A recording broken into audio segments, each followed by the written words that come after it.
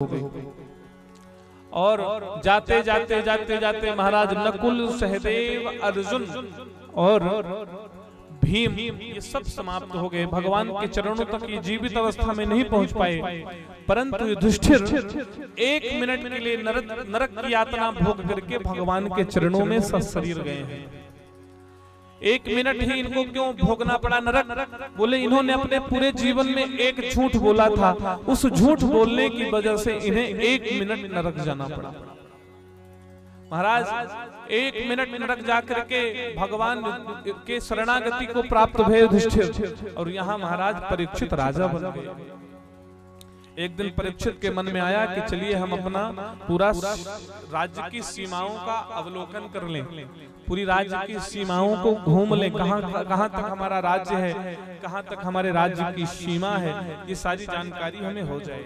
ये सोच करके महाराज परीक्षित जी ने अपने सारथी को लिया और अपना महाराज गांडीव, जो अर्जुन का गांडीव था, उस गांडीव को धारण किया और महाराज मुकुट सुंदर सा धारण किया, सुंदर सा श्रृंगार करके अपने रथ पर विराजमान हो गए और विराजमान होकर महाराज चलने लगे।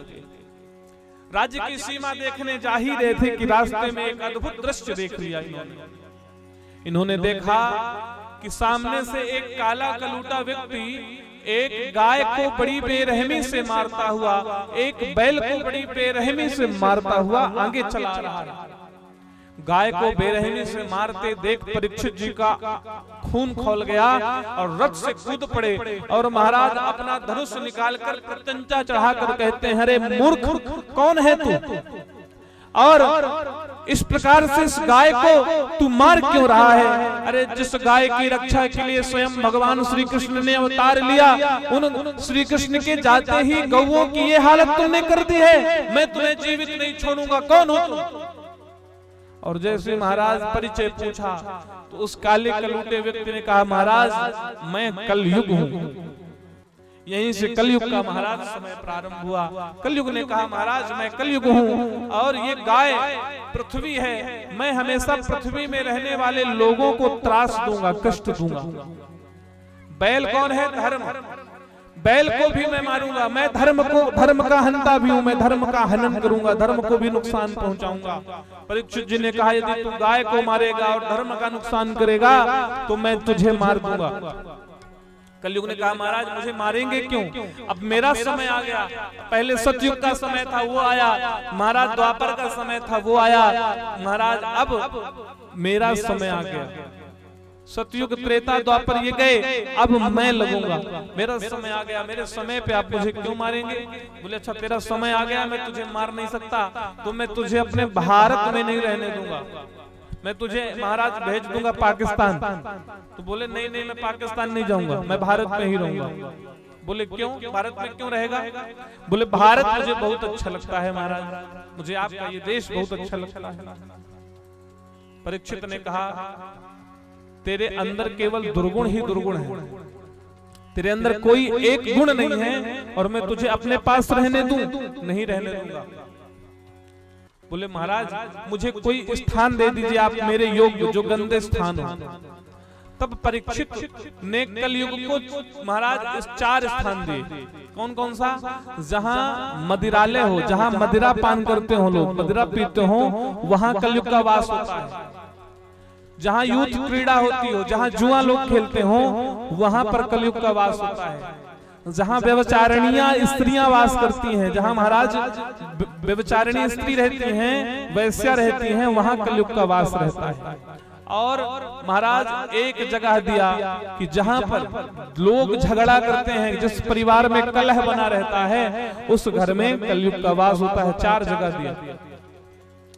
कलयुग ने हाथ जोड़कर कहा, महाराज ये 4 जो जगह आपने मुझे प्रदान किए हैं, इन चारों जगहों पर बड़ी गंदगी है। मदिरालय में कितनी गंदगी होती है, वैश्यालय में कितनी गंदगी होती है, जहाँ झगड़ा होता है वहाँ कितनी गंदगी, पूरा काएं काएं चलता रहता है। महाराज मैं यहाँ 4 जगह कैसे रहूंगा?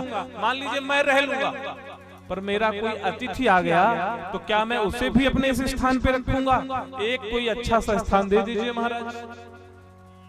कलयुग की बात सुनकर परीक्षित जी ने कहा, भैया तेरे अंदर कोई गुण नहीं है, तो तेरे से जो लोग जुड़े हैं वो सब अवगुणी होंगे, और अवगुणी जब आए तो उनको यहाँ ले आना, यहीं रखना। बोले महाराज नहीं, मेरे पास एक गुण बहुत अच्छा है। भगवान ने हर व्यक्ति में कुछ गुण कुछ अवगुण डाले हैं। जड़ चेतन गुण दोष में विश्व कीन करता, तो मेरे अंदर हजारों अवगुण हैं, पर एक गुण है महाराज मेरे अंदर। बोले क्या गुण है? बोले पहला गुण महाराज ये है कि पहले सतयुग में लोग हजारों वर्ष तपस्या करते, पेड़ में लटक कर तपस्या करते, इसके बाद भी भगवान की शरणागति प्राप्त नहीं होती थी। पर मेरा युग अलग युग है। मेरे युग में केवल भगवान का दर्शन करना हो तो केवल हरि का नाम संकीर्तन किया जाए, केवल नाम लिया जाए, नाम लेने में ही मैं भगवान से मिला देता हूँ, भगवत प्राप्ति करा देता हूँ, भगवत प्राप्ति का अनुभव करा देता हूँ। और गोस्वामी तुलसीदास जी महाराज इसी परीक्षित की बात को रामचरितमानस में हूबहू उतार दिए हैं। कलयुग केवल नाम आधारा,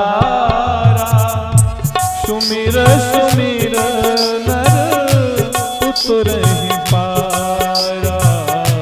कलयुग केवल नाम आधारा, सुमिर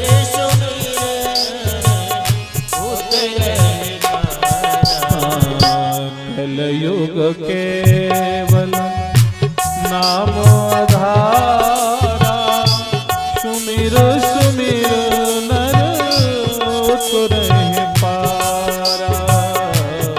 कलयुग केवल नाम आधारा, सुमिर सुमिर नर उतरहि पारा।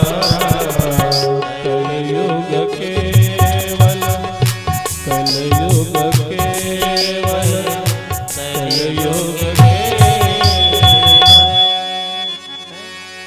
तो कलयुग में केवल नाम ही आधार है। भगवान का नाम जो लेता है उसी का भव पार हो जाता है। महाराज निवेदन करूं, कलयुग का ये गुण जानकर परीक्षित जी बड़े प्रसन्न हुए। बोले वाह, सतयुग में लोग हजारों वर्ष लटक कर तपस्या करते, महाराज एक पैर से खड़े होकर तपस्या करते, बिना खाए बिना पिए तपस्या करते तो भगवान मिलते थे। और तेरे युग में भगवान को पाना इतना सरल, केवल नाम लेने से भगवान प्राप्त हो जाते हैं। मैं तुझ पर बड़ा प्रसन्न हूँ, मैं तुझे खुश होकर के तुझे एक और जगह देता हूँ, जाकर तू सोने में वास कर। प्रसन्न होकर सोने में वास का दे दिया, सोने में वास कर। अब जैसे सोने में वास देने का निश्चय कर लिया, वैसे ही महाराज जाकर के कलयुग परीक्षित जी के मुकुट में बैठ गया, क्योंकि मुकुट सोने का था। मुकुट में बैठ गया। एक ऋषि कथा में ही खड़े हो गए। प्रश्न किया, महाराज एक बात बताइए, भगवान गीता में कहते हैं धातो हम कांचनो अस्मि, वृक्षों में वासुदेव मैं हूँ, नदियों में गंगा नदी मैं हूँ, धातुओं में स्वर्ण सोना मैं हूँ। तो एक ही सोना में कलयुग भी और भगवान भी दोनों एक साथ कैसे रह सकते हैं? तो महाराज संशय निवारण किया ऋषियों ने कि सोना दो प्रकार का होता है, एक नंबर 1 का, दूसरा नंबर 2 का। होता है कि नहीं? एक होता है जो मेहनत से कमाया जाए और फिर सोना खरीदा जाए, फिर पहना जाए, उसमें नारायण का वास रहता है। वो सोना हमेशा आपके जीवन को आगे बढ़ाएगा और आपके शरीर का सौंदर्य बना के रखेगा। लेकिन जो सोना किसी को मार कर, किसी को लूट कर, किसी की चापलूसी से, बदमाशी से जो सोना कमाया जाता है, वो सोना आपका सर्वनाश कर देगा और उस सोना में कलयुग का वास होगा।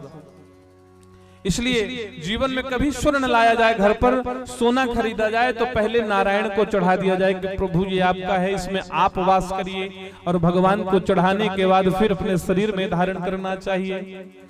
तो वहां पर कलयुग का वास समाप्त होकर भगवान का वास हो जाता है। बोलो राधे राधे। महाराज अब मुकुट में, स्वर्ण मुकुट में परीक्षित के जब कलयुग बैठ गया तो ऋषियों ने कहा महाराज फिर इसका मतलब ये है कि जो मुकुट परीक्षित जी पहने हैं वो नंबर 2 का है, क्योंकि इसमें तो कलयुग बैठ गया। बोले हाँ ये तो नंबर 2 का है। बोले कैसे? बोले जब भगवान श्री कृष्ण के साथ अर्जुन और भीम जरासंध के साथ युद्ध करने गए तो भीम ने जरासंध को मार दिया। जब मृत्यु हो गई जरासंध की तो अर्जुन ने जरासंध का मुकुट उठा करके भीम ने अपने सर पर लगा लिया। भगवान ने मना किया कि देखो तुमने जरासंध को मार दिया है, इसका मतलब ये नहीं कि तुम उसकी प्रॉपर्टी लेके चले जाओ, उसका सामान यहीं पड़ा रहने दो, तुम चलो। भीम ने कहा नहीं कृष्ण, ये मुकुट मुझे इतना सुंदर लगता है कि मैं इस मुकुट को नहीं छोड़ सकता, ये मुझे बहुत पसंद है। और वो मुकुट को जबरदस्ती लेकर के भीम अपने राज्य कोष में रख दिए। जब परीक्षित जी जाने लगे भ्रमण करने तो आज वही मुकुट परीक्षित को अच्छा लगा था और वही मुकुट पहनकर परीक्षित चले गए महाराज आखेट करने के लिए। इसीलिए इस मुकुट पर कलयुग विराज गया। जीवन में अधर्म से कमाया हुआ सोना, अधर्म से कमाई हुई संपत्ति भले आपको प्रसन्नता दे दे पर आपके वंश को समाप्त कर देगी, इस बात का ध्यान रखिएगा। जो अधर्म से कमाया जाता है, जो छीन कर लिया जाता है, जो चोरी से धन लिया जाता है, वो धन आपकी सुंदरता नहीं आपके सौंदर्य को समाप्त कर देगा, आपके वंश को समाप्त कर देगा। हो सकता है आप उसे देखकर प्रसन्न हो पर आपकी जो आने वाली वंशा स्थिति है वो उसकी बुद्धि भ्रष्ट कर देगी और बुद्धि भ्रष्ट होगी तो वो समाप्त कर देगा, आपका धन भी समाप्त करेगा और आपका साम्राज्य भी समाप्त कर देगा। आज यही हुआ परीक्षित के साथ। भीम का लाया हुआ अधर्म का वो मुकुट पहनकर जब महाराज परीक्षित गए तो उसमें कलयुग बैठ गया और इनकी बुद्धि भ्रष्ट हो गई। आज इतना महाराज ज्ञानवान विवेकशील राजा की बुद्धि भ्रष्ट हो गई और महाराज परीक्षित को प्यास लगी तो पानी पीने के लिए शमीक ऋषि के आश्रम गए और शमीक ऋषि के आश्रम जाकर के महाराज इन्होंने पानी मांगा पर कोई बोला नहीं, क्योंकि शमीक ऋषि समाधि में थे। शमीक ऋषि की समाधि देखकर राजा को लगा परीक्षित को कि ये नाटक कर रहा है कि पानी न देना पड़े। एक राजा आया है, राजा के आने का बड़ा स्वागत करना पड़ता है महात्माओं को, इसलिए ये सोचे होंगे कि कौन स्वागत के चक्कर में पड़े, मैं अपना बहाना बना के समाधि में लग जाऊंगा तो ये चले जाएंगे। महाराज ये सोच करके परीक्षित ने कहा मैं परीक्षा लेता हूं कि इसकी समाधि नकली है कि असली है।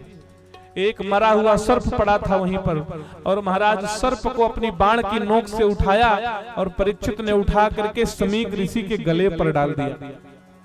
समाधि असली थी इसलिए शमीक ऋषि जगे नहीं, डरे नहीं।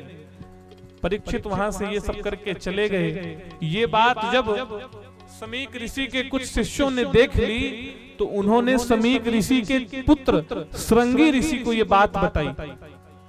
श्रृंगी ऋषि से कहा महाराज आज आपके पिता शमीक ऋषि का बहुत बड़ा अपमान हमारे भारत का राजा परीक्षित ने किया है। उस समय महाराज स्नान कर रहे थे नदी में श्रृंगी ऋषि, और श्रृंगी ऋषि स्नान कर ही रहे थे। बड़ा क्रोध आया उन्हें पिताजी की इस बात को सुन करके, तुरंत नदी से जल उठाया और श्राप दे दिया, अरे जिस सर्प से तुमने मेरे पिताजी का अपमान किया है वो मृतक सर्प में मैं जीवन डालूंगा और 7 दिन बाद वो सर्प तक्षक नाग बन करके तुझे डसेगा और तेरी मृत्यु हो जाएगी। ये महाराज श्राप श्रृंगी ऋषि ने दे दिया परीक्षित जी को। जब श्रृंगी ऋषि श्राप देकर अपने पिताजी के पास आए तो पिताजी के गले में पड़े वो सर्प की माला को निकालकर महाराज दूर फेंका और पिताजी के सामने रोने लगे। रोते हुए श्रृंगी को पिताजी ने देखा, समाधि टूट गई और महाराज समाधि टूटी तो श्रृंगी ऋषि को पिता ने कहा, अरे श्रृंगी तू रो क्यों रहा है? श्रृंगी ऋषि ने बताया, पिताजी परीक्षित राजा ने आपका बहुत बड़ा अपमान किया है और मैं उसे श्राप दे दिया हूं कि 7 दिन बाद उसे तक्षक नाग डसेगा और वो मर जाएगा। अच्छा, श्रृंगी ऋषि ने जब इतना बताया तो शमीक ऋषि ने कहा, अरे तुमने बड़ा अनुचित काम किया है श्रृंगी, तुमने एक ऐसे राजा को श्राप दे दिया है जिसके कारण आश्रमों की दाल रोटी चलती है। आज जहां जहां भी हवन के धुआं दिखाई देते हैं, आज परीक्षित की ही कृपा से वो धुएं निकल रहे हैं, वो यज्ञ हो रहे हैं। आज जिस आश्रमों में भोजन की व्यवस्था लोग आके कर रहे हैं, उसी परीक्षित की वजह से ये सेवा चल रही है। आज बिना विचार किए तुमने उन्हें इतना बड़ा श्राप दे दिया। जाओ श्रृंगी, तुरंत जाओ और राजा को बताओ कि वो अपनी मुक्ति का कोई उपाय ढूंढ लें। क्यों? क्योंकि जो सर्प के खाने से मरता है, सर्प के डसने से मरता है, उसे सर्प योनि ही मिलती है। और सर्प की योनि 10,000 वर्ष होती है। सर्प को यदि कोई मारे ना तो सर्प 10,000 वर्ष तक उसका जीवन होता है। 10,000 वर्ष वो जीता है। जैसे मनुष्य की 100 वर्ष आयु होती है, उसी प्रकार सर्प की 10,000 वर्ष आयु होती है। महाराज, उस आयु से मुक्त होना बड़ा कठिन हो जाता है। इसलिए जाओ, वो सर्प के काटने से सर्प ना बने।